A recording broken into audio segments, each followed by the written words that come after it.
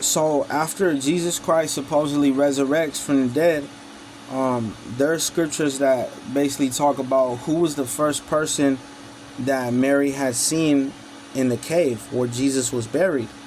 When you go to Mark 16 and verse 5, it declares that the woman has saw a young man at the tomb, right? A young man.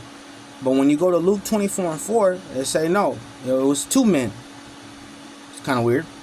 You go to Matthew 28 and 2, it reports no, it wasn't one man, it wasn't two men, it was an angel. Okay?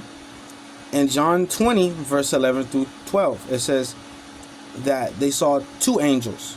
So all four of these verses right here, right, they're all saying different things, which to most people it's like, man, what does that matter? All that matters is that Jesus got resurrected. It's all about being saved. That's all you should care about. Why does it matter if they got some of the details wrong? Well, here's why. Is because in the same New Testament, we're told that we're supposed to prove all things and hold fast to that which is good. If you can't prove it with the scriptures, you have no business believing in it, right? So now, with that in mind, if you go back to Matthew chapter 5, verse 17 through 20, Jesus Christ speaks about how if you want a chance to make into the kingdom of heaven, not only do you got to keep every jot and tittle of the law, but you got to keep it even better than the Pharisees themselves did. And you best believe they were eating kosher, they wore their fringes, they did all these different commandments that most of y'all don't even know exist. So with that in mind, that's how obedient we're supposed to be living like to the Torah. But here's the problem, is that the Torah says in order to establish a matter, right, is that you need 2 or 3 witnesses. If you can't get 2 or 3 witnesses, you can't substantiate your claims.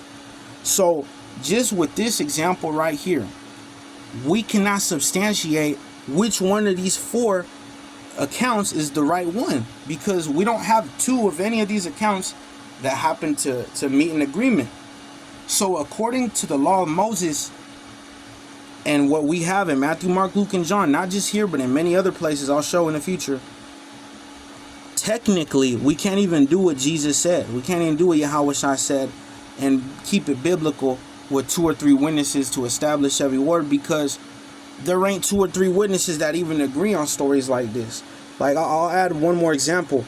In certain places in the New Testament, you'll read how there was 2 thieves that were crucified next to the Messiah. And one of the accounts, it says that one of them was basically blaspheming him, right? Like, if you're the Son of God, why don't you get yourself down from the cross, right? They're mocking him.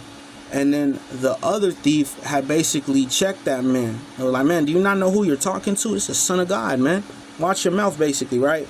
And he tells Yahawashi, or Jesus, whatever you want to call him, please don't forget me when you go to your Father and in his kingdom. And then Jesus responds to him, I'm roughly paraphrasing, but I tell you verily, this day you shall be with me in my Father's kingdom. So in that account, one of the thieves repented and got saved, and the other one is going to get destroyed, and a non-believing infidel blasphemer.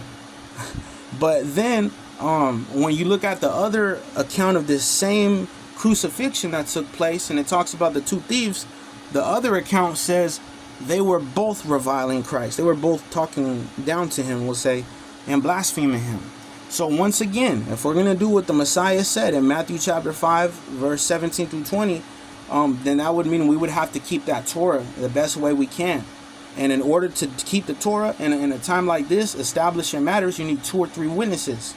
We literally can't even follow the Torah to actually substantiate our claims or our faith in Jesus Christ or Yahawashi.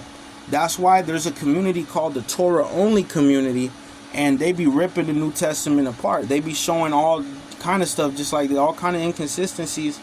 And they're wrong too, because they don't understand when they go through their Old Testament, they go through the Tanakh or the Torah.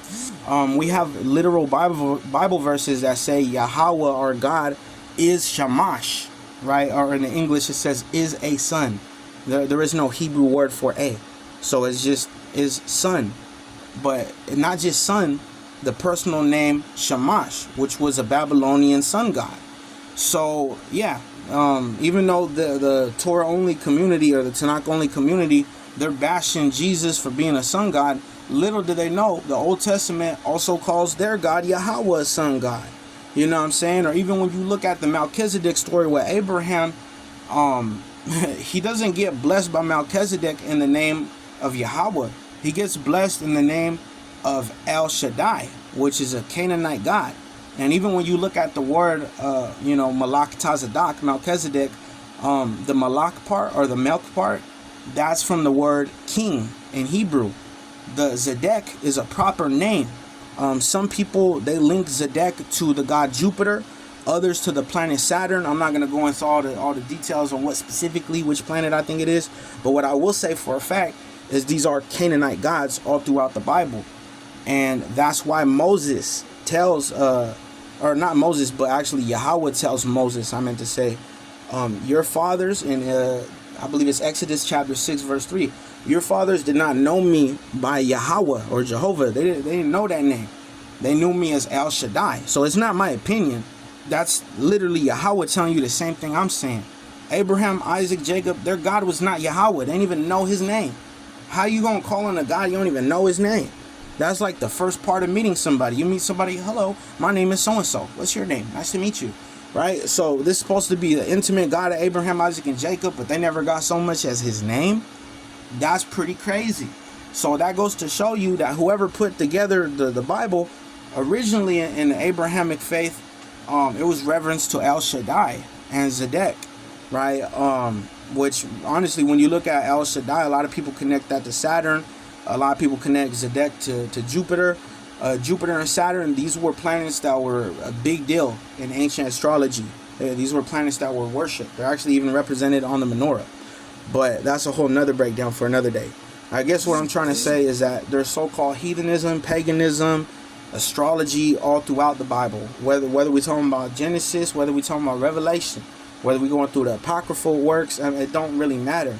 Enoch, Jubilees, Jasher, all of the whole Bible would not exist without astrology. So if anybody feels some type of way about it, that's fine. But just substantiate your claims with evidence. Bring scripture out like I did. If I don't even believe in the Bible to the same extent you do, and I could bring out all kind of scripture on this subject, you as a believer should, don't be pathetic, man. You should be able to bring out scripture. You should be able to prove, like the Bible tells you to, prove all things, hold fast to that which is good. And if you're not able to do that, I would prefer you don't talk crazy in the comment section, because you're just going to make yourself look like a damn idiot. So, there's that.